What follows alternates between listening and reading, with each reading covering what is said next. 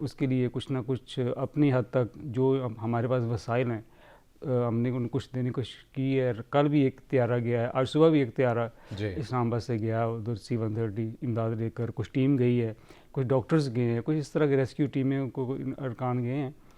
تو ظاہر ہے جب اس طرح کی آفات آتی ہیں قدرتی, اور دنیا بھر میں جہاں بھی ہو, مذہب سے ہٹ کے بطور انسانیت ہم سب کو آگے بڑھنا چاہیے. جو مصیبت زدہ لوگ ہوتے ہیں ان کی مدد کے لیے آگے آنا چاہیے اپنے اپنے وسائل کے مطابق. تو ذرا ترکیہ اور شام اور اردن, لبنان تو مسلمان ملک ہیں, اس لحاظ سے ہمارا زیادہ فرض بنتا ہے پاکستان کا جو بھی ہمارے پاس ہے, ہماری جولی میں جتنا کچھ ہے کسی کو دینے کے لیے تو ہمیں دینا چاہیے. اور حکومت نے جو فیصلہ کیا, اچھا فیصلہ کیا ہے. پرائم منسٹر بھی وہاں جا رہے ہیں ترکیہ. آپ نے APC کا ذکر کیا کہ وہ 2 دن کی تاخیر کے بعد ہو رہی ہے, اور PTI چونکہ اس میں آنا چاہ رہی ہے اس لیے وہی ہے. لیکن آج چونکہ وہاں جا بھی رہے ہیں پرائم منسٹر ترکیہ, شاید یہ بھی ایک ممکنہ وجہ ہو سکتی ہے. ہاں, ان کی مصروفیات کے سبب جو ہے وہ کیا گیا ہے. میاں صاحب, میں اسی حوالے سے یعنی جو قدرتی آفات ہیں دنیا میں آتی ہیں, اس حوالے سے ایک کمنٹس آپ کا لوں گا, پھر ہم آگے بڑھیں گے سیاسی منظرنامے کے حوالے سے. یقیناً ہم نے دیکھا ہے کہ ایسے ممالک میں جہاں پر اس طرح کے قدرتی آفات کا مقابلہ تو نہیں کیا جا سکتا, انسان فقط کوشش کر سکتا ہے اور اپنے حکمت عملی کو ترتیب دے سکتا ہے, لیکن بہرحال جو قدرتی آفات ہوتی ہیں ان سے نمٹنا یقیناً انسانوں کا اس حد تک جو حکمت عملی کی گئی ہوتی ہے وہ کبھی کبھار کارگر بھی ثابت ہو جاتی ہے اور نہیں بھی ہوتی ہے. جاپان ایک ایسا خطہ ہے جہاں پر ہم دیکھتے ہیں کہ زلزلے بہت شدت کے ساتھ آتے ہیں. انہوں نے اپنے گھروں کو, اپنے ملک کو ایسے بنایا ہوا ہے, ان کا ڈیکورم ہی ایسا ہے کہ اس قدرتی آفت اگر شدید سے شدید تر بھی آ جاتی ہے تو نقصان کم سے کم ہو سکے. تو اب ہمیں یا دنیا کو اب اپنے گھروں کو, شہروں کو, اپنے پورے انفراسٹرکچر کو ایسے ہی یہ سوچ کے ہی اب ڈیزائن کرنا پڑے گا, چونکہ تمام ہی ماہرین, جس طرح آپ نے بھی کہا کہ نیدرلینڈ کے ادارے نے پہلے ہی آگاہ کر دیا تھا, تو اب یہ سلسلہ تو چلے گا. جس طرح 2023 کے آغاز میں بھی رپورٹ سامنے آ گئی کہ یہ جو سال ہے اس کو زلزلوں کا سال قرار دیا گیا ہے, اور پاکستان کے بھی کچھ ایریاز کا ذکر کیا گیا ہے. تو اس حوالے سے بھی آپ سمجھتے ہیں کیونکہ حکمت عملی کوئی اس طرح کا ڈیکورم بننا چاہیے. بالکل, آپ نے جاپان کا ذکر کیا ہے, ہونا چاہیے, اور حکومتوں کو اس جانب بھی توجہ دینی چاہیے تاکہ جو وسائل ہیں اس طرح کوئی تحقیق کے لیے, ریسرچ کے لیے چیزوں کو آگے بڑھنا چاہیے. جاپان میں تو ہر روز ان کا جو سرکاری ریڈیو ہے وہ بتایا کرتا ہے کہ آپ نے کرنا کیا ہے, آپ نے بلڈنگ سے کیسے اترنا ہے, بجلی کیسے بند کرنی ہے, بوڑھوں کو کیسے باہر نکالنا ہے, بچوں کو کیسے باہر نکالنا ہے. وہ تو ہر روز اپنے ریڈیو پہ لوگوں کو تلقین کرتے رہتے ہیں, کیونکہ وہاں آپ سب سمجھتے ہیں کہ پوری دنیا میں اگر کسی جگہ زلزلہ زیادہ آتے ہیں تو وہ جاپان ایک ایسی زمین ہے جہاں یہ چیزیں. پھر انہوں نے عمارتوں کی تعمیر کے لیے بھی ایک ایسا ڈھانچہ بنایا ہوا ہے, کوئی ایسا اصول بنایا ہوا ہے تاکہ نقصان کم سے کم ہو.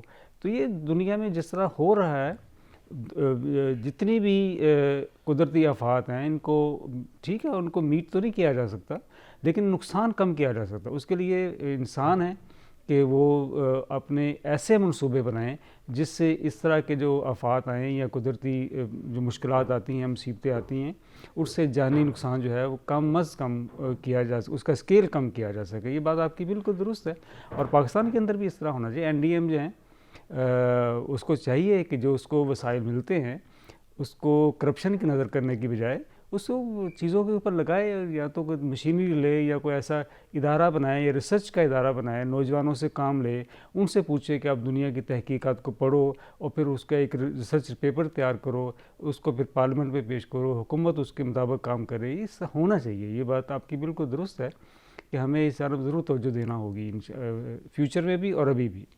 ٹھیک ہے, بات کر لیتے ہیں سیاسی منظرنامے کے حوالے سے. حکومت کی جانب سے, سرکار کی جانب سے کال دی جا رہی ہے بار بار APC کی, گو کہ ابھی تاریخ اور مقام کو تبدیل کرنے کی بات کی گئی ہے اور تبدیل کر بھی دیا گیا ہے, مگر پاکستان تحریک انصاف کا جو رویہ ہے اس تمام صورتحال کے اوپر وہ یہ کہہ رہے ہیں کہ ایک تو ہمیں باضابطہ طور کے پر دعوت نہیں دی ہے, کچھ کہہ رہے ہیں کہ دعوت دی ہے مگر اس سے پہلے انتقامی کارروائیوں کو بند کر دیں. تو ابھی یہ وقت کی ضرورت نہیں ہے کہ تمام اسٹیک ہولڈرز کو مل کر بیٹھنا ہے اور فی الحال جو اپنی سیاست ہے اس ایلیمنٹ کو آپ باہر رکھ دیں.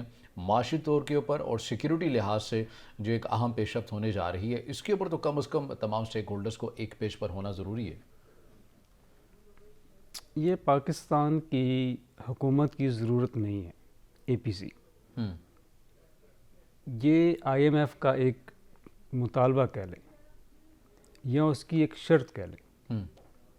وہ یہ چاہتی ہے کہ پاکستان کی حکومت جو اس کے ساتھ ایگریمنٹ کرے یا جو بھی معاہدہ کرے یا جو بھی جس طرح کا پروگرام بھی لینا چاہے, اس سے پاکستان کی تمام جو قابل ذکر سیاسی لیڈرشپ ہے اس کی بھی اونرشپ ہمیں دی جائے, تاکہ یہ ایسا نہ ہو کہ ایک حکومت یا ایک سیاسی پارٹی ہمارے ساتھ معاہدہ کرے اور اپوزیشن یا باقی جو اسٹیک ہولڈرز ہیں وہ اس کو اس سے اختلاف کریں.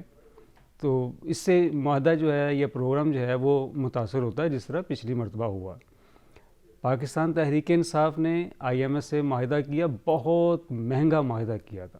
یہ ٹوٹل کو $7 ارب کا معاہدہ تھا جس کو 39 ماہ میں مکمل ہونا تھا, اور پہلی 2 قسطیں جو تھیں وہ لیں تحریک انصاف نے, اس کے بعد اس معاہدے کو وائلیٹ کرنا شروع کر دیا. اس کے بعد ایک لمبا ایک توتل آیا, اور اس کے نتیجے میں حکومت, جو پچھلی حکومت اس کی بات میں کر رہا ہوں, انہوں نے اس کو 180 ڈگری پہ جا کے وائلیٹ کیا. اب جس سے آپ نے قرض لیا ہوتا ہے, جو آپ نے ان سے معاہدہ کیا ہوتا ہے, جو شرط طے کی ہوتی ہے, آپ کو چاہیے تھا کہ آپ ان کے ساتھ دوبارہ بات چیت میں جاتے, آپ ان کو ریکویسٹ کرتے کہ ہمارے لیے یہ مشکل ہو رہی ہے, آپ کے ساتھ ہم نے معاہدہ کر تو لیا ہے, پروگرام آپ کا لے تو لیا ہے, لیکن اس کو جو امپلیمنٹ کرنے جا رہے ہیں تو ہمارے لیے عملی مشکلات آ رہی ہیں, آئے ہمارے ساتھ بیٹھیں, اس کو ہم ری ڈیزائن کر لیتے ہیں. لیکن پاکستان تحریک انصاف کی حکومت نے اس معاہدے کو ری ڈیزائن کرنے کی بجائے یک طرفہ طور پر تبدیل کر دیا. آپ کے سامنے اس کی ساری مشکلات ابھی جو ہیں اسی وجہ سے پیش آ رہی ہیں. آئی ایم ایف نے اب یہ کہا ہے کہ آپ ہمارے ساتھ معاہدہ کرتے ہیں, اس کو وائلیٹ کر دیتے ہیں, اور پھر اگلی قسط کے لیے ہمارے پاس آ جاتے ہیں, ہم آپ کو کیا کس طرح دے سکتے ہیں. یہ جو کڑی سے کڑی شرائط ابھی آ رہی ہیں, جو آپ کے سامنے آئی ہیں, میڈیا کے اندر بھی آپ نے پڑھی ہوں گی سارا کچھ, اس کی وجہ صرف یہ ہے کہ سابق حکومت نے جو وائلیشن کی ہے اس معاہدے کی, جو $7 ارب کا معاہدہ تھا جس کی پوری ٹوٹل مدت 39 ماہ تھی, اس وجہ سے پاکستان کی یہ جو حکومت ہے وہ مشکل میں آئی ہوئی ہے. لیکن اس حکومت کو بھی میں اتنا بیل آؤٹ نہیں کرنا چاہوں گا کہ چونکہ سارا گناہ جو ہے وہ تحریک انصاف کا ہے, اور یہ بالکل بے گناہ ایسا بھی نہیں ہے. اس حکومت کو جب یہ 10 ماہ پہلے آئی تھی اور اس کو سارا سچویشن کا اندازہ تھا کہ کیا ہو رہا ہے, کیا ہونے جا رہا ہے, کیا ہو سکتا ہے, لیکن انہوں نے بھی یہ کہا کہ ٹھیک ہے جی, ہم اس کو بطور سیاست ایک ہتھیار کے طور پر استعمال کر لیتے ہیں کہ پی ٹی آئی ظلم کر گئی ہے, پی ٹی آئی نقصان کر گئی ہے, پی ٹی آئی نے اس ملک کے ساتھ کھلواڑ کر دیا ہے. اس حکومت کو چاہیے تھا کہ اگر کسی نے نقصان کیا ہے تو آپ اس کو سنبھالنے کی کوشش کرتے. آپ تو تجربہ کار ٹیم تھے, آپ کا دعویٰ تھا کہ آپ تجربہ کار ہیں, پی ٹی آئی جو تھی بنا اس کے بعد تجربہ نہیں تھا, لیکن آپ نے بھی ان 10 ماہ میں کیا کیا ہے. ابھی جو چیزیں سامنے آ رہی ہیں, اس حکومت کے دوران پاکستان کا جو روپیہ ہے وہ 85% ڈاؤن ہوا ہے, اور جو ڈالر ریٹ تھا وہ آپ کے سامنے ہے.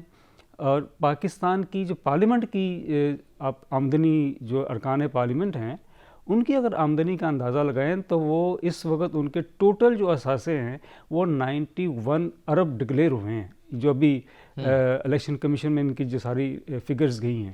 یہ 90 ارب جو اثاثے ہیں یہ ارکان پارلیمنٹ کے ہیں, یعنی عام آدمی کی جو آمدنی ہے وہ کم ہوئی ہے, اور ان کی جو آمدنی ہے وہ 91 ارب تک پہنچی ہے. اس سے پچھلے جو ان کے اثاثے تھے, 2 سال پہلے جو اثاثے تھے, 3 سال جو پہلے اثاثے تھے, آپ ان کو ذرا ترتیب وار دیکھیں. وہ اس سے پہلے 80 پہ تھے, پھر 83 پہ آئے, پھر 87 پہ آئے, اب 91 آئے. اب دیکھیں کہ یہ کیسا ملک ہے کہ پارلیمنٹ کے جو ارکان ہیں ان کی آمدنی تو مسلسل بڑھ رہی ہے, اور پاکستان میں رہنے والا جو عام آدمی ہے, جو ملازم ہے, چاہے وہ سرکاری ملازم ہے, چاہے وہ کسی نجی ادارے کا ملازم ہے, یا عام مزدور ہے, اس کی آمدنی تو 85% لیس ہوئی ہے. جس طرح روپے کی قیمت لیس ہوئی ہے تو اس کی آمدنی بھی لیس ہوئی ہے, اس کے مسائل بڑے ہیں. لیکن یہ جو چیز, یہ جو فرق ہے, اس کو پارلیمنٹ نے ایڈریس نہیں کیا, آج تک ایڈریس نہیں کیا کہ بھی کس طرح ممکن ہے کہ ایک ایسا فرد جس کا روزگار جو ہے وہ صرف سیاست ہو, اس کی آمدنی تو بڑھ جاتی ہے. ایک ایسا فرد جس کا روزگار بیچارے کا کچھ بھی نہیں، وہ سڑک کے کنارے بیٹھا ہوا ہے یا سرکاری ملازم ہے یا کسی نجی ادارے کا ملازم ہے، اس کی جو آمدنی ہے وہ ڈالر ریٹ بڑھنے سے یا روپے کی قیمت کم ہونے سے تو تقریباً 85% کم ہوئی ہے. اس فرق کو پاکستان کی پارلیمنٹ نے آج تک بھی ایڈریس نہیں کیا. اس کو ایڈریس کرنے کی ضرورت ہے.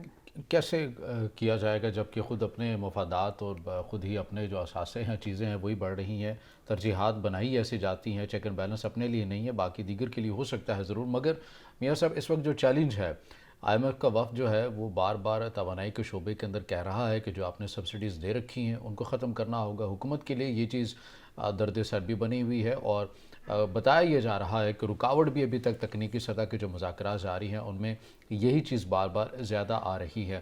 مگر اس تمام سچویشن میں ایک بنیادی سوال یہ ہے کہ آپ سمجھتے ہیں کہ یہ جو اعتماد کا معاملہ ہو گیا ہے، جس طرح پاکستان تحریک انصاف نے معاہدہ کیا پھر اس سے انحراف کر لیا، اب یہ اعتماد نہیں کر پا رہی ہے دنیا اور اس لیے اس اتحادی حکومت کو مشکل پیش آ رہی ہے کہ ہم کیسے کنونس کر سکیں انہیں؟ ایک پہلی بات تو یہ ہے کہ آپ نے جو ایک لفظ استعمال کیا، اعتماد نہیں کر رہی، یہ بات میری 100% آپ کے ساتھ میں آپ سے متفق ہوں اس بات پہ کہ وہ واقعتاً ایسا ہی ہے کہ وہ ہم پہ اعتماد نہیں کر رہے. اور یہ ہمارے لیے ایک مشکل بھی ہے. اور میں یہ سمجھتا ہوں کہ ایک مسلمان ملک کے طور پر ہمیں ایسا رویہ نہیں اختیار کرنا چاہیے. ہمارا تو دین بتاتا ہے، ہمارا مذہب یہ بتاتا ہے کہ ہم نے سچ بولنا ہے، جتنا بھی ہمارے پاس ہے ہم نے اس کو ظاہر کرنا ہے کہ ہمارے پاس یہ ہے، ہم نے جھوٹ نہیں بولنا. لیکن اب ہم دیکھتے ہیں کہ ایک مسلمان ملک ہے اور اس کی فگرز اور طرح کی ہیں، ہمارے تاجروں کی فگرز بھی اور طرح کی ہوتی ہے. ایف بی آر کو دکھانے کے لیے ہمارے پاس ایک رجسٹر ہوتا ہے، اپنے گھر کے لیے رکھنے کو دوسرا رجسٹر ہوتا ہے، مارکیٹ میں دکھانے کے لیے تیسرا رجسٹر ہوتا ہے. تو اسی رجسٹر یہ جس طرح ایک تاجر کا رجسٹر الگ الگ ہے، اس طرح حکومت کے رجسٹر بھی الگ الگ ہیں. اور آئی ایم ایف نے بھی پچھلی مرتبہ ہم نے اس پہ گفتگو کی ہے کہ آئی ایم ایف نے یا باقی اداروں نے جو ڈونرز ہیں پاکستان کو امداد دیتے ہیں، قرض دیتے ہیں، اب وہ حکومتوں پر یا حکومت پاکستان پر اس طرح اعتماد نہیں کر رہے، بلکہ انہوں نے ایک لابی جو ہے پاکستان کے تمام اداروں میں لابیسٹ کے طور پر اپنے نمائندے کہہ لیں، غیر اعلانیہ کہہ لیں، اعلانیہ کہہ لیں، خاموش کہہ لیں، جیسا بھی ان کا آپ نام دینا چاہیں، وہ ان پہ زیادہ اعتماد کرتے ہیں. وہ جو کچھ این جی اوز کام کر رہی ہیں اور کچھ پرائیویٹ لوگ کام کر رہے ہیں، جو پاکستان کے سرکاری ریٹائرڈ لوگ ہیں، ان کو بھی انہوں نے ہائر کیا ہوا ہے، اعلانیہ کیا ہے یا غیر اعلانیہ کیا ہے، جیسا بھی کیا ہے، وہ ان کی فگرز پر، ان کی بات پر حکومت پاکستان کی نسبت زیادہ اعتماد کرتے ہیں. تو یہ جو ابھی ٹاکس ہوئی ہیں آپ کے سامنے ہیں، پہلے انہوں نے کہا کہ ہاں آئیں بیٹھتے ہیں، پچھلا جو حساب کتاب ہے وہ لے آؤ، وہ لے کے گئے ہیں. پھر کہا اچھا اس میں جو گیپ آ رہا ہے اس کو ہم نے کیسے فل کرنا ہے، اچھا وہ بتا دو کیسے کیسے فل کرنا ہے. اب جو آج کل ان کی جو ٹاکس ہونی ہیں وہ پالیسیز پہ ہونی ہے کہ آئی ایم ایف نے جو ان کو ایک روڈ میپ دیا ہے یا اس سے روڈ میپ لیا ہے حکومت سے، اس پہ بات ہونی ہے کہ کیا کرنا. آپ نے کہا کہ پاور سیکٹر ہے، پاور سیکٹر میں عام آدمی انوالو نہیں ہے، کہ جو جس کو ہم سرکولر ڈیٹ کہہ رہے ہیں، اس میں عام آدمی انوالو نہیں ہے. یہ تو عام آدمی تو بیچارہ چاہے 100 یونٹ گیس استعمال کرے یا 50 یونٹ بجلی استعمال کرے، اس کا تو بل پے کر رہا ہے.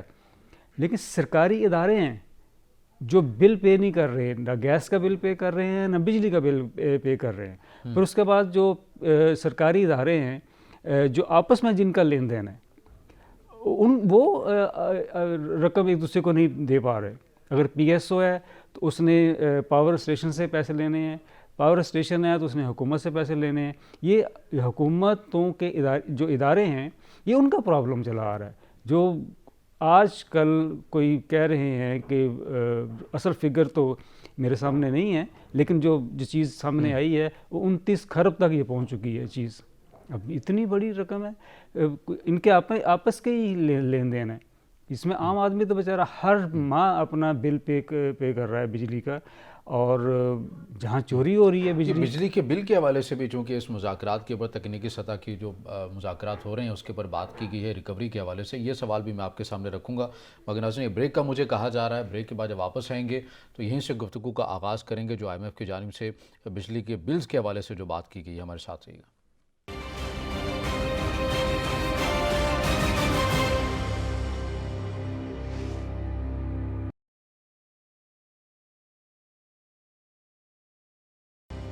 بریک کے والا سے پروگرام میں آپ کو دوبارہ خوش آمدید کہیں گے، اور ہم بات کر رہے ہیں تکنیکی سطح کے جو مذاکرات آئی ایم ایف وفد کے پاکستانی حکومت کے ساتھ جاری و ساری ہیں۔ اس کے اندر متعدد ایسے شعبے ہیں جہاں پر جو سبسڈیز دی جا رہی ہیں انہیں ختم کرنے کی باتیں کی جا رہی ہیں، جہاں پر بجلی، گیس، پیٹرولیم مصنوعات ان کی قیمتیں بڑھانے کی باتیں کی جا رہی ہیں، اور یہ تمام سلسلہ جو ہے وہ چل رہا ہے۔ بریک میں جانے سے پہلے جس طرح سے ہم بات کر رہے تھے میاں صاحب، وہ یہ کہ بجلی کے جو بلز ہیں ان کی ریکوری بھی ہماری تقریباً 100% تو ایک آئیڈیل سچویشن ہو جائے گی، شاید اس کا آدھے یا آدھے سے آدھا اگر ہم کہہ لیں کہ 70 یا 60% ہونی چاہیے، مگر نہیں ہے۔ اب یہ غالباً ایگزیکٹلی میرے مائنڈ میں نہیں ہے، وزارت دفاع کی جانب سے یا تو خواجہ آصف کی جانب سے اسٹیٹمنٹ دی گئی ہے یا رانا ثناء اللہ کی جانب سے دی گئی ہے اسٹیٹمنٹ کہ بعض ایسے ایریاز ہیں جو بجلی تو بھرپور استعمال کر رہے ہیں، غالباً وہاں پر لوڈ شیڈنگ بھی نہیں ہوتی ہے، مگر وہ بل نہیں دیتے ہیں۔ اگر بل لینے جاؤ تو وہ محکمے کی جو حالت کر دیتے ہیں اسے تو ریاست تک ان کے اگینسٹ ایکشن لینے کے لیے تیار نہیں ہے۔ تو یہ کون سے ایسے لوگ ہیں جو وسائل تو استعمال کر رہے ہیں مگر پے نہیں کر رہے؟ ان میں سے کچھ لوگ ارکان پارلیمنٹ ہیں، اندرون سندھ ہو یا بلوچستان کے ایریاز ہوں یا فاٹا کا آپ ایریا لے لیں، یا باقی جو جتنے جن کو ہم با اثر لوگ کہتے ہیں، یہ وہ لوگ ہیں جنہوں نے قانون کو بے اثر بنایا ہوا ہے، اور یہ وہ پارلیمنٹ کے ارکان ہیں جو صرف پاکستان کی معیشت کا خون چوسنے کے لیے پیدا ہوئے ہیں۔ اب آپ دیکھیں کہ ایک چھوٹا سا، بالکل ایک چھوٹا سا فارمولہ ہے، پاکستان میں بجلی کا کرائسس ہے، اور ہم سمجھتے ہیں کہ بجلی جو ہے بچانی چاہیے۔ مختلف اشیاء الیکٹرانک آ گئی ہیں، وہ اس لیے زیادہ بک رہی ہیں کہ یہ بجلی کم استعمال ہوتی ہیں، جیسے اے سی ہیں یا باقی چیزیں ہیں۔ میں یہ سمجھتا ہوں، میں ایک لٹمس ٹیسٹ آپ کے سامنے رکھنا چاہتا ہوں۔ یہ جو پرانے بڑے اے سیز تھے، ہر گرمیوں کے شروع میں آپ کو ایس ایم ایس آنا شروع ہو جاتا ہے، یا باقی لوگوں کو ایس ایم ایس آنا شروع ہو جاتا ہے کہ اگر آپ کے پاس پرانے اے سیز ہیں تو ہمیں دیں۔ یہ بکتے ہیں، یہ بہت مہنگے بکتے ہیں، اور یہ چلے جاتے ہیں اندرون سندھ، جہاں بڑی بڑی حویلیاں ہیں، بلوچستان چلے جاتے ہیں، فاٹا چلے جاتے ہیں، جو چوری کرتے ہیں بجلی، اور وہ اسی اے سیز کو استعمال کرتے ہیں۔ یہ اے سیز جو ہیں، یہ وہ لوگ ہیں جو استعمال کرتے ہیں جن کو کوئی فکر نہیں کہ انہوں نے پیسہ کہاں سے ان کے پاس آنا ہے، سمگلنگ کا پیسہ ہے، چوری کا پیسہ ہے، اغوا برائے تاوان کا پیسہ ہے، یہ سب پیسہ انہی کے پاس، اس طرح کے لوگوں کے پاس ہی ہے۔ لیکن وہ بجلی بھی چوری کرتے ہیں، وہ گیس بھی چوری کرتے ہیں، پولیس کو بھی ساتھ ملا لیتے ہیں، جو بجلی کا ادارہ ہے وابڈا، ان کے لوگوں کو بھی ساتھ ملا لیتے ہیں، اور پھر ان کو کہتے ہیں کہ میٹر ہمارا ریورس کر دو، میٹر ہمارا بند کر دو۔ وہ لوگ چھوٹے چھوٹے ٹکے ماری کے لیے ان کے میٹرز بند بھی کر دیتے ہیں، ان کو ہاتھ پہ نہیں ڈالتے۔ یہ جو سرکاری ادارے میں نے پہلے آپ سے ذکر کیا، یہ سرکاری ادارے ہی انوالو ہیں جن کی وجہ سے ہمارا سرکولر ڈیٹ جو ہے، یہ جو لائن لاسز ہیں، یہ زیادہ سے زیادہ بڑھ رہے ہیں۔ ایک عام آدمی ہے جو بیچارہ 100 یونٹ، 50 یونٹ، 150 یونٹ، 200 یونٹ استعمال کرتا ہے، اس کے پاس تو یہ تصور ہی نہیں ہے کہ وہ بجلی کا بل پے نہ کرے۔ اس نے اپنے کچن آئٹم جو ہیں ان کی تعداد نصف کر دینی ہے، لیکن اس نے گیس کا بل اور بجلی کا بل اس نے پے کرنا ہی کرنا ہے۔ لیکن کون لوگ پے نہیں کرتے؟ وہی لوگ پے نہیں کرتے جن کے پاس عام آدمی کی نسبت زیادہ پیسہ ہے، چاہے وہ دکاندار ہو۔ آپ لاہور چلے جائیں، بڑی بڑی مارکیٹوں میں چلے جائیں، یہ جو میٹر ریڈر ہے وابڈا کا، یہ کیوں لگاتا ہے اپنی ڈیوٹی مارکیٹوں میں؟ اسے پتہ ہے کہ میں نے تاجروں کے میٹرز کو ریورس بھی کرنا ہے، ان کے میٹروں کو سلو بھی کرنا ہے، ان کے میٹروں کو کسی حد تک بند بھی کرنا ہے، اور اس کے بدلے میں اس نے صرف ان لوگوں سے پیسے جیب میں ڈالنے ہیں، اور بجلی بھی جا رہی ہے، پاکستان کے قومی وسائل بھی ضائع ہو رہے ہیں، لیکن اگر کسی کی جیب بھر رہی ہے تو وہ ایک انفرادی آدمی ہے جس کی جیب بھر رہی ہے۔ یہ کرپشن ہے۔ اس کرپشن کو چیئرمین وابڈا بھی جانتے ہیں، پاکستان کی وفاقی وزارت بھی جانتی ہے، وفاقی سیکرٹری تک بھی جانتے ہیں، سب جانتے ہیں کہ اس طرح کے مسائل موجود ہیں، لیکن ہاتھ ڈالنے کو کوئی تیار نہیں ہے۔ کیا وجہ ہے؟ یا تو وہ اس مافیا کا حصہ بنے ہوئے ہیں، یا خاموش بنے ہوئے ہیں، یا وہ خاموش تماشائی کی طرح اس چیزوں کو دیکھ رہے ہیں۔ تو یہ جو آئی ایم ایف ہے یا باقی لوگ ہیں جو ڈونرز ہیں، انہوں نے اپنی زبان، اپنے کان، اپنی آنکھیں کھلی رکھی ہوئی ہیں، دیکھ رہے ہیں، سن رہے ہیں، بول بھی رہے ہیں، لیکن ہمارے جو سرکاری ادارے ہیں اگر یہی اپنا بل پے کرنا شروع کر دیں، اور یہ جو اس کے نتیجے میں ہمارا جو سرکل ڈیٹ ہے وہ آہستہ آہستہ آہستہ نیچے آنا یہ شروع ہو جائے۔ انہوں نے سیکھنا کب ہے، اور ایسی چیزوں کے اگینسٹ جو ہے وہ سنجیدگی کے ساتھ کوئی پالیسی، اگر پالیسی موجود ہے اس کے اوپر عمل درآمد اگر کوئی نہیں کر رہا تو اس کے اوپر سزائیں کب دینی ہیں؟ سیمینارز کر لینا، اعتراف کر لینا ہم سب سے غلطیاں ہو گئی ہیں، اب ہم صحیح معنوں میں آگے بڑھیں گے، ہم سب کو اپنا کردار ادا کرنا ہوگا، یا یہ باتوں سے، انہی باتوں سے جو ہے وہ کوئی سلوشن نکل آئے گا؟ رضا بھائی، یہ ایک بہت سنجیدہ ٹاپک ہے، بہت سیریس ٹاپک ہے، چھوٹی سی محفل میں اس پہ بہت تفصیل سے گفتگو نہیں ہو سکتی۔ میں صرف اتنا کہنا چاہتا ہوں، یہ جو بزنس مین حکومت میں آ چکا ہے یا آ جاتا ہے پیسہ خرچ کر کے، ٹھیک ہے، وہی سب سے بڑا مسئلہ ہے۔ پاکستان میں بزنس مین کو آپ دیکھ لیں، ان کی اسٹڈی کر لیں آپ، یہ بزنس مین وابڈا کو، ٹیلی فون کو، گیس کو، حتیٰ کہ انکم ٹیکس کو، حتیٰ کہ ایف بی آر کو بھی پیسہ دینے کو تیار ہے، لیکن حکومت پاکستان کو پیسہ دینے کو تیار نہیں ہے۔ اور ایف بی آر ہو، وابڈا ہو، گیس ہو، کوئی بھی ڈپارٹمنٹ ہو، وہ یہ ان کے اندر ایسے کرپٹ عناصر موجود ہیں جو ان تاجروں سے، صنعت کاروں سے، لوگوں سے اپنی جیب کے لیے پیسہ لے لیں گے کہ ہم آپ کا میٹر سلو کر دیں گے، ہم آپ کا ٹیکس جو ہے وہ ایک الگ رجسٹر بنا دیں گے، اس کے نتیجے میں آپ کو اس طرح ٹیکس کم پے کرنا پڑے گا، تو وہ تیار ہو جاتے ہیں۔ ایک لینے والا تیار ہو جاتا ہے، دینے والا تیار ہو جاتا ہے، لیکن نقصان کو کس کو؟ نقصان ہو رہا ہے ریاست پاکستان کو۔ ریاست پاکستان جو ہے وہ ہر 3 ماہ بعد، 6 ماہ بعد، یا حکومت پاکستان میں کہہ لوں، چلے میں تھوڑا سا بات کا رخ موڑنا چاہتا ہوں کہ ہم آئی ایم ایف کے سامنے کھڑے ہو جاتے ہیں، جولی پھیلا کر، کشکول پکڑ کر، ان کے سامنے ہماری جو رنگ فک ہوا ہوتا ہے، ہمارا چہرے اترے ہوتے ہیں کہ یہ کس طرح ہماری بات کو مان لے، لیکن وہ بات ماننے کو کیوں تیار ہوگی جب اس کے سامنے ساری سچویشن موجود ہے؟ پاکستان معاشرے کی ایک پوری تصویر ان کے سامنے موجود ہے۔ اگر کسی نے آنکھیں بند کی ہوئی ہیں تو ٹھیک ہے، اگر وزیر اعظم نے آنکھیں بند کی ہوئی ہیں، یا وزیر خزانہ نے آنکھیں بند کی ہوئی ہیں، یا وزیر خارجہ نے آنکھیں بند کی ہوئی ہیں، وزیر دفاع نے آنکھیں بند کی ہوئی ہیں، تو ٹھیک ہے، تو یہ آئی ایم ایف کا قصور تو نہیں ہوا نا؟ آپ نے آنکھیں بند کی ہوئی ہیں، اپنا جو چہرہ ہے، اپنا جو منہ ہے ریت میں دیا ہوا ہے، اور آپ سمجھ رہے ہیں کہ ہم طوفان سے بالکل بچے ہوئے ہیں۔ ایسا نہیں ہے۔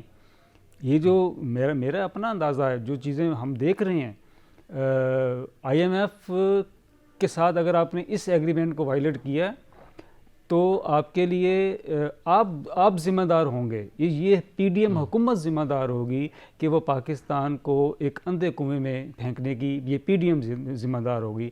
آپ نے ابھی آپ کے پاس وقت ہے، اگر آپ نے اپنے وسائل کو اکٹھا کرنا ہے، ان کو استعمال کرنا ہے تو آپ کا فیصلہ ہے۔ اگر آپ نے آئی ایم ایف کے ساتھ ایگریمنٹ کرنا ہے تو اس ایگریمنٹ کو وائلیٹ کرنے کا آپ کے پاس کوئی راستہ نہیں ہوگا۔ یہ اب آج آپ فیصلہ کر لیں کہ آپ نے یہ پروگرام لینا ہے تو نہیں لینا، یہ آپ نے فیصلہ کرنا ہے، اس کی وائلیشن اب نہیں ہوگی۔ یہ میں کہنا چاہتا ہوں۔ اور اگر ہم بات کر لیں پاکستان تحریک انصاف کی حکمت عملی اور ان کی سیاست کے اوپر، طرز سیاست کے اوپر، خان صاحب نے کہہ دیا کہ 90 روز سے اگر الیکشن آگے جاتے ہوئے ہمیں نظر آئے تو جیل بھرو جو تحریک ہے وہ مکمل طور پر فعال ہو جائے گی، پھر ہم اس جانب جائیں گے، اور ہمارے جو کارکنان ہیں، اراکین ہیں، وہ لمحہ بلمحہ جو ہے وہ گرفتاریاں اپنی دیتے رہیں گے۔ انہوں نے اپنے سپورٹرز کو بھی اس حوالے سے کہہ دیا ہے۔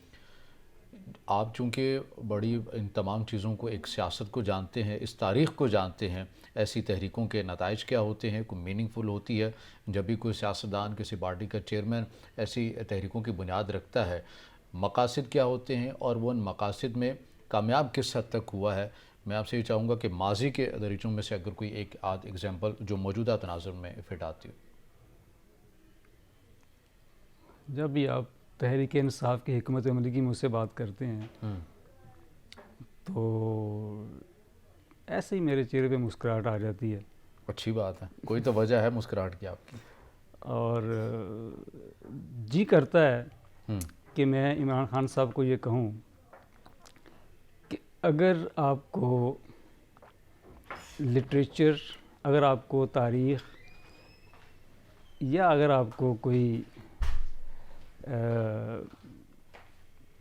اس سے واقفیت نہیں ہے تو بہتر یہ ہے کہ پاکستان تحریک انصاف کی قیادت کسی ایسے شخص کے حوالے کی جائے جس کو پاکستان کی سیاسی تاریخ کا پورا ادراک ہو. سیاست آپ کے بس کا کام مجھے نظر نہیں آ رہا. آپ نے کہا کہ جی اب جیل بھرنی ہے ہم نے, اور ابھی 2 ہفتے پہلے آپ نے جیلیں خالی کرائی ہیں رو رو کے, تو اب وہ تو نہیں جانے کو تیار ہوں گے. فواد چودھری سے پوچھیں نا پہلے ذرا کہ آپ جانا چاہو گے دوبارہ. آدم سواتی سے پہلے پوچھ لیں, شیخ رشید صاحب سے پوچھ لیں کان میں جا کے, جو آپ کے کان میں تھوڑی سی بات کرتے تھے, آپ کہتے تھے ہاں اس نے بہت سچ کہا. آپ ذرا ان سے پوچھ لیں, ان تینوں سے پوچھ لیں. اگر یہ تینوں دوبارہ جانے کو تیار ہو جائیں تو آپ جیل بھر لیں. آپ نے ایک طرف الیکشن لڑنا ہے. اس کا حل یہ ہے نا کہ خان صاحب پہلے خود لیڈ کریں اس کمپین کو. تھوڑی سی مجھے بات کرنے دیں. جی جی. ایک طرف آپ نے کہا کہ آپ ضمنی الیکشن میں جانا چاہتے ہیں, ایک طرف آپ نے کہا جی ہم حکومت کو ٹف ٹائم دینا چاہتے ہیں, ایک طرف آپ کہہ رہے ہیں کہ میں بھرپور سیاسی زندگی گزارنا چاہتا ہوں, اب تحریک انصاف کو بھی پورا ایک طاقتور ایک گروہ بنانا چاہتا ہوں. تو کیا آپ اپنے کارکن کو جیل میں ڈال کر, حوالات میں ڈال کر, اس پولیس کے حوالے کر کے آپ اکیلے ہی سڑکوں پہ مظاہرہ کریں گے, جلوس کریں گے, جلسے کریں گے, کیا کریں گے آپ؟ آپ کی حکمت عملی صرف یہ تھی کہ آپ نے ایک سوچا ہوا تھا کہ شاید میں جو بھی فیصلہ کروں گا یہ حکومت پاکستان ہے اور یہ پی ڈی ایم ہے, یہ ڈر جائے گی. خان صاحب یہ ایسا اب ممکن نہیں ہے. آپ کو اپنی پوری سیاسی جو آپ کی بصیرت ہے اس کی کتاب کو بند کرنا پڑے گا. ایک ایسی سیاسی بصیرت کی کتاب کو کھولنا پڑے گا جس میں پاکستان کی ایک ایسی ہسٹری آپ کو نظر آئے گی کہ حکومت اور اپوزیشن ہو یا عام آدمی ہو, یہ تینوں مل کر ہی سیاست کرتے ہیں. تینوں مل کر ایک پیج پہ ہوں گے تو آپ کی سیاست بہتر ہوگی. کارکن آپ کا پٹ جائے گا, آپ اکیلے بیٹھے ہوئے ہیں. آپ کو اندازہ نہیں ہے کہ آپ نے کہا کہ آپ زخمی ہوئے. مجھے افسوس ہے کہ آپ پر حملہ ہوا, ایسا نہیں ہونا چاہیے تھا. لیکن کیا وجہ ہے, کون سے ایسے معالج ہیں جو آپ کی ابھی تک پٹی نہیں کھول رہے؟ آپ کچھ تو اندازہ کریں اپنی سیاست کا کہ کیا آپ اس حالت میں آپ اکیلے گھر میں بیٹھے ہوئے ہیں اور آپ نے مختلف اعلانات کیے ہوئے ہیں. اب آپ نے یہ اعلان کر دیا کہ آپ جیل برو تحریک کی طرف جانا چاہتے ہیں. میری آپ سے یہ گزارش ہے کہ آپ پارلیمنٹ کی اہمیت دیں, سیاست کو پڑھنا شروع کریں اور سیاسی ہسٹری جو ہے اس کو بھی دیکھنا شروع کریں. ٹھیک ہے, آپ پاکستان کی ایک سیاست کا ایک اہم اثاثہ ہیں, آپ کی ایک اہمیت ہے سیاست میں, لوگ آپ کی بات کو سننا بھی چاہتے ہیں, لوگ آپ کی بات کو ماننا بھی چاہتے ہیں جو آپ کے فالورز ہیں. لیکن آپ نے اپنے فالورز کو تو متاثر کر رکھا ہے. ٹھیک ہے, آپ آنکھیں بند کر دیں, وہ بھی آنکھیں بند کر لیں گے. لیکن پاکستان کی جو وہ ایک بڑی اکثریت ہے جو آپ کی سیاست سے متفق نہیں ہے, آپ اپنے طرز عمل سے ان کو بھی اپنا متفق بنائیں نا, تاکہ لوگ ایک وسیع تر مفاد میں آپ کو اپنا ایک لیڈر مانیں, آپ کو اپنا رہنما مانیں اور آپ کی بصیرت پر اعتماد بھی کریں. آپ کی سیاسی جو قوت ہے اس کو بھی پاکستان کی ریاست کے لیے, پاکستان کی عوام کے لیے, پاکستان کے معاشرے کے لیے, پاکستان کے اداروں کے استحکام کے لیے بھی استعمال میں لایا جا سکے. یہ آپ جو ذاتی زندگی کو سامنے رکھ کر اور قومی سطح کی سیاست کرنا چاہ رہے ہیں, جو ذاتی مسائل ہیں, ذاتی دردیں ہیں آپ کی, اس کو آپ قومی دردیں, قومی مسائل بنا کر پیش کرنا چاہ رہے ہیں. یہ آپ کا فارمولہ نہ ماضی میں بکا ہے, نہ آج بک رہا ہے, نہ فیوچر میں بکے گا. آپ کو تھوڑا سا اپنے آپ کو اس ذاتی کنویں سے نکل کر ایک وسیع پیمانے پر ایک وسیع بنیاد سوچ کی طرف آنا پڑے گا. اور یہ جو سوال آپ کے سامنے رکھا کہ خان صاحب خود بھی پہلے اپنی گرفتاری دیں گے یا وہ جو ایک اسکیجول نکلا ہے کہ پہلے کچھ کے پی کے اراکین ہے وہ دیں گے، ووٹر سپورٹر سے کہا جائے گا، اس تحریک کے اندر جو زیادہ تحرک پیدا ہو سکتا ہے وہ تو یہی ہے نا، کیونکہ ایک مرکزی حیثیت تو عمران خان صاحب کو خود ہے، تو آپ کو لگتا ہے خود وہ لیڈ کرتے ہوئے پہلے نظر آئیں گے کہ پہلے مجھے گرفتار کرو، اس کے بعد میرے اراکین اور میرے ساتھیوں کو اور ووٹر سپورٹرز آئیں گے؟ میرا خیال ہے تحریک انصاف میں دو گروپ ہیں، ایک گروپ ہے وہ جیل میں جائے گا، دوسرا گروپ دوسرے لوگوں کو جیل میں بھیجے گا، اور خان صاحب جو ہیں وہ شاید دوسرے گروپ میں ہوں گے، لوگوں کو جیلوں میں بھیجیں گے، میرا اپنا اندازہ یہ ہے۔ اور اس سے مقاصد جو حاصل کرنے ہیں انہوں نے، کیونکہ ظاہر ہے وہ الیکشن کے ہی ہیں، تو الیکشن کے حوالے سے جب یہی بات انہی کے وزیر اعلیٰ پرویز الہی کہا کرتے تھے کہ مدت کو مکمل ہونے دیں، اس کے بعد ہی ہم چلے جائیں گے الیکشن میں، ہمیں کچھ کام کرنے دیں اور عوامی کام جو ہے وہ مزید کرنے دیں تاکہ اعتماد مزید بڑھ جائے، تو اب یہ جو گرفتاریاں حالیہ ہوئی ہیں ان کو پرویز الہی صاحب یاد آ رہے ہوں گے؟ پرویز الہی ان کو یاد آئیں نہ آئیں، خان صاحب نے ابھی تک، چاہے وہ حکومت میں تھے چاہے ابھی وہ اپوزیشن میں ہیں، وہ ابھی تک اپنی ذات سے باہر نہیں نکلے۔ آپ ان کی پوری سیاسی زندگی جو اب تک کے آپ کے سامنے ہیں اس کا تھوڑا تجزیہ تو کریں کہ وہ جو ان کی جو نرگسیت ہے یا ان کی جو خود پسندی کی عادت ہے وہ کیسے ختم ہوگی۔ اگر وہ ختم ہوگی تو ان کی سیاست آگے بڑھے گی، جب تک ان کی یہ نرگسیت قائم ہے پاکستان تحریک انصاف کا، ٹھیک ہے وہ چونکہ کرکٹ کے وہ کیپٹن رہے ہیں، ہیرو ہیں، وہ اپنے آپ کو ہیرو بھی سمجھتے ہیں، وہ یہ بھی سمجھتے ہیں کہ لوگ ان کی پوجا کریں، سیاسی طور پر لوگ ان کی سیاسی پوجا بھی کر رہے ہیں، لیکن ان کی یہ تمام کی تمام جو کیفیت ہے اس کا ریاست پاکستان کو، عام آدمی کو قطعاً 1 سینٹی میٹر بھی فائدہ نہیں پہنچ رہا۔ ہاں یہ ان کی ذات کی حد تک ٹھیک ہے کہ لوگ ان کے گرد ابھی تک جمع ہیں کہ جی ان کی وجہ سے ہم کسی نہ کسی طرح یہ جو سیاست کا پل صراط ہے وہ ہم پار کر جائیں گے۔ میرا اندازہ یہ ہے کہ پاکستان کی تحریک انصاف نے اگر اپنی سیاسی حکمت عملی کو بالکل پاکستان کے حالات کے مطابق چینج نہ کیا تو مجھے ان کا کوئی سیاسی فیوچر جو ہے وہ کوئی اچھا، کوئی تابناک نظر نہیں آ رہا۔ اس تمام صورتحال میں حکومت کی کیا حکمت عملی ہے اس کے اوپر بھی ہم بات کریں گے، کیونکہ حکومت نے بھی چیلنج دے دیا ہے کہ آپ نے جیل بھرو تحریک کا جو اعلان کیا ہے اس کو شروع کریں، ہم بھرپور جو ہے وہ اسی کے ساتھ ہوں گے اور آپ لوگوں کی جو گرفتاریاں اس کو یقینی بنائیں گے۔ یہ فقط ایک بیان ہے، یہ واقعی اس چیلنج کو حقیقی معنوں میں بھی ایکسیپٹ کیا گیا ہے، کیونکہ اس سے پہلے کی بھی ایک مثال موجود ہے، اس کے اوپر بھی بات کریں گے، ہمارے ساتھ رہیے گا۔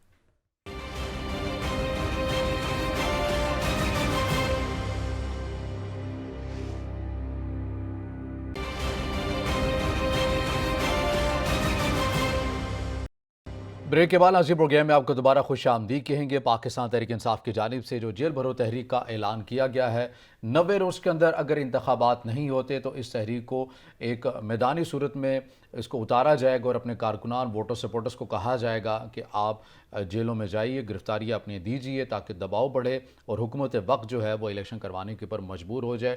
اس چیلنج کو اتحادی حکومت نے بالخصوص پاکستان مسلم لیگ نون نے ایکسیپٹ کیا ہے۔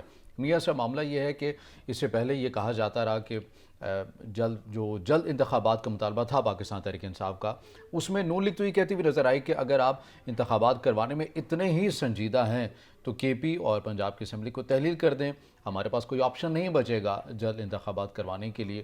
مگر پھر ہم نے دیکھا پاکستان تحریک انصاف کی جانب سے یہ بھی کر دیا گیا، جب یہ اعلان کیا گیا پھر کوشش کی گئی اتحادی حکومت کی جانب سے کہ کسی بھی طرح جو ہے اس چیز کو روکا جائے، لیکن بالآخر اسمبلیاں جو ہیں وہ تحلیل ہوئیں۔ اب یہ جو جیل بھرو کی تحریک کا معاملہ ہے، چیلنج تو کیا جا رہا ہے اتحادی حکومت کی جانب سے، کہیں ایسا تو نہیں ہے کہ اگر یہ تحریک مکمل طور پر شروع ہو جاتی ہے، کارکنان جیلوں میں جائیں گے تو گرفتاریوں سے انکار کر دیا جائے گا؟ پھر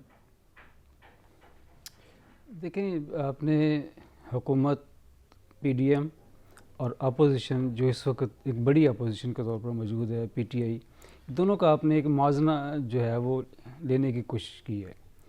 پی ٹی آئی کی میں نے بات کر دی آپ کے سامنے، لیکن جو پی ڈی ایم ہے اس کا حال بھی کوئی پی ٹی آئی سے مختلف نہیں ہے۔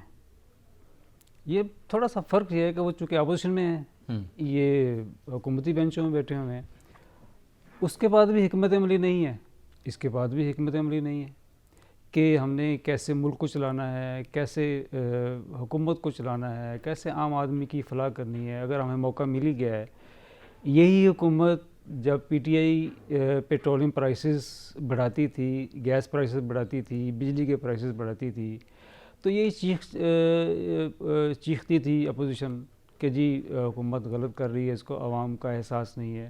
اب خود ہی یہ بھی پیٹرولیم پرائسز بڑھا رہے ہیں, بجلی پرائسز بڑھا رہے ہیں, گیس کی بھی نرخ جو ہیں ابھی بڑھنے والے ہیں. تو حکمت عملی دونوں کی ایک طرح کی ہے کہ کیا حکمت عملی ہے؟ حکمت عملی یہ ہے کہ بس ہماری نام کے ساتھ ٹیگ لگنا چاہیے کہ میں پرائم منسٹر ہوں. اور شہباز شریف صاحب کا بھی اب یوں سمجھیں کہ بڑے ایک عرصے سے خواہش تھی ان کی کہ وہ پرائم منسٹر بن جائیں, بن گئے ہیں. اب بن گئے ہیں تو تھوڑا سا کام کر کے بھی دکھائیں نا. آپ نے تو ان 10 ماہ میں عام آدمی کی جو آمدنی تھی, جو ان کی جو 85% اب ڈاؤن کی ہے. ابھی ہم اس سے پہلے ذکر کر چکے ہیں.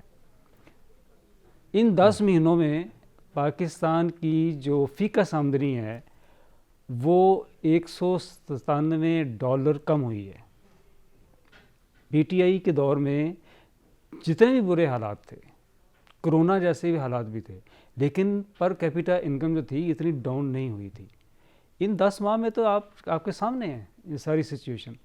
بھئی آپ نے کہا کہ ہمیں اے پی سی بلانی ہے, 13 جماعتیں تو آپ خود حکومت میں شامل ہیں, آپ اپنے ہی اے پی سی پہلے بلا دو تاکہ آپ عام آدمی کی جو زندگی آپ نے تنگ کی ہوئی ہے اس کو تو آپ ٹھیک کر دو.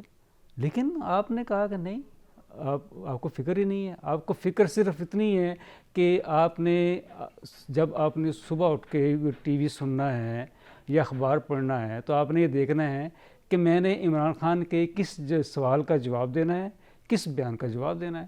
یہ تو آپ کا مقابلہ ہو رہا ہے. آپ یوں سمجھیں کہ جیسے اسکولوں میں چھوٹے بچوں کا ایک تقریری مقابلہ ہوا کرتا تھا کسی موضوع کے اوپر, تو یہ سیاستدانوں میں آج کل ایک دوسرے کے بیان کا دوسرے بیان کا جواب دینے کا ایک مقابلہ جاری ہے. ایک طرف مریم نواز صاحب ہیں, ان کے پاس مجال ہے کہ کام کی بات ہو کہ اب بہاولپور گئی ہیں تو پھر وہاں بھی رونا یہی رو رہا ہے. اس کے بعد کل ملتان گئی ہیں تو وہاں بھی یہی رونا رویا ہے کہ جی عمران خان یہ کر رہے ہیں, عمران خان یہ کر رہے ہیں, ہم نے یہ کیا, میں اپنے ابو کے ساتھ آئی, مجھے پکڑ کے لے گئے, مجھے چھوڑ دیا, میں روئی نہیں, یہ رونا شروع کر دیا. یہ اس طرح کی چیزوں سے عام آدمی کے مسائل حل نہیں ہوں گے. آپ کو 10 ماہ پہلے فیصلہ کرنا تھا کہ آپ نے تحریک انصاف کی حکومت کو عدم اعتماد کے ذریعے ختم کرنا ہے, تو پھر آپ نے ملک کو سنبھالنا کیسے ہے؟ اگر آپ کے پاس یہ پوری قوت نہیں تھی, آپ کے پاس پوری سمجھ نہیں تھی, آپ کے پاس حکمت عملی نہیں تھی, تو پھر آپ کو تحریک عدم اعتماد کے اس کھلواڑ میں نہیں آنا چاہیے تھا. چونکہ آپ کو آنا پڑا, آپ اپنی خوشی سے آئے ہیں, آپ کو آصف علی زرداری گھیر کر لے کے آئے ہیں, اور آپ کو یہ اندازہ نہیں تھا کہ وہ خود تو الگ ہو جائیں گے اور آپ کو پھنسا دیں گے. آپ پھنس گئے ہیں. اب دیکھیں نا, نواز شریف جو ہیں سابق وزیر اعظم, مسلم لیگ نون کے قائد ہیں, جن کی مسلم لیگ این کی ساری سیاست ان کے گرد گھوم رہی ہے. ابھی تک تو آپ 10 ماہ میں ان کو لندن سے پاکستان تو لا نہیں سکے. وہی آپ چلو آپ ہم سمجھتے ہیں کہ آپ نے عام آدمی کے لیے کچھ نہیں کیا, تو اپنے لیے کچھ کر لیا ہوتا تو ہم اسی سے خوش ہو جاتے کہ آپ نے چلو آپ نے اپنے لیڈر کو تو پاکستان لے آئے نا محفوظ طریقے سے. ابھی تک وہ بھی بیچارے کچھ لیگل ایشوز ہیں ان کے اوپر کام کیا جا رہا ہے, میدان کو تیار کر رہے ہیں, لے آئیں گے. گئے تھے وہ میڈیکل ایشو کے اوپر, واپس آ رہے ہیں لیگل ایشو کے اوپر. پہلے ڈاکٹر اجازت نہیں دیتے تھے اور اب پاکستان میں قانون جو ہے وہ اجازت نہیں دے رہا. ڈاکٹر تو یہاں بھی اجازت نہیں دے رہے تھے, ڈاکٹر تو یہاں سے اجازت لی گئی ہے. رضا بھائی آپ کیا بات کر رہے ہیں؟ یہاں سے تو ڈاکٹروں سے کہا گیا کہ بھائی اس طرح کی رپورٹس تیار کرو تاکہ یہ باہر جائے. یہ کس نے کہا ہے؟ حکومت پاکستان تحریک انصاف کی تھی. یہ شریف فیملی کی اپنی مرضی سے ہوا ہے. شریف فیملی اگر نواز شریف کو باہر بھیجنے کا فیصلہ نہ کرتی تو الٹے بھی ہو جاتی پی ٹی آئی حکومت, وہ باہر نہ جاتے. یہ خود تیار ہوئے باہر جانے کو, یہ باہر جانے کو نہ تیار ہوتے تو کسی کی کیا مجال تھی کہ ان کو باہر بھیج دیتے.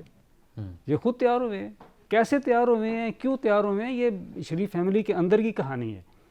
یہ کبھی مریم نواز صاحبہ جو بھی بہاولپور بیٹھی ہوئی ہیں, ملتان, اس کے بعد کسی اور جگہ نا, میں آپ سے گزارش کرتا ہوں کہ کبھی یہ کہانی بھی لوگوں کو بیان کریں نا کہ شریف فیملی کے اندر وہ کون سی پالیٹکس تھی کس وجہ سے نواز شریف صاحب جو تھے وہ بیرون ملک جانے کو رضامند ہوئے، کس نے کیا، کیسے کیا، کچھ کبھی اس کہانی کا بھی ہمیں کوئی تھوڑا سا کوئی ہمیں بتائیں نا ذرا کہ اس کا سر پر کیا تھا. ٹھیک، بہت شکریہ. سینئر صحافی تجزیہ کار میاں منیر احمد ہمارے ساتھ موجود تھے. آپ کے وقت کا بہت شکریہ. ناظرین، آج کے پروگرام سے اتنا ہی. اجازت دیجیے. اللہ حافظ.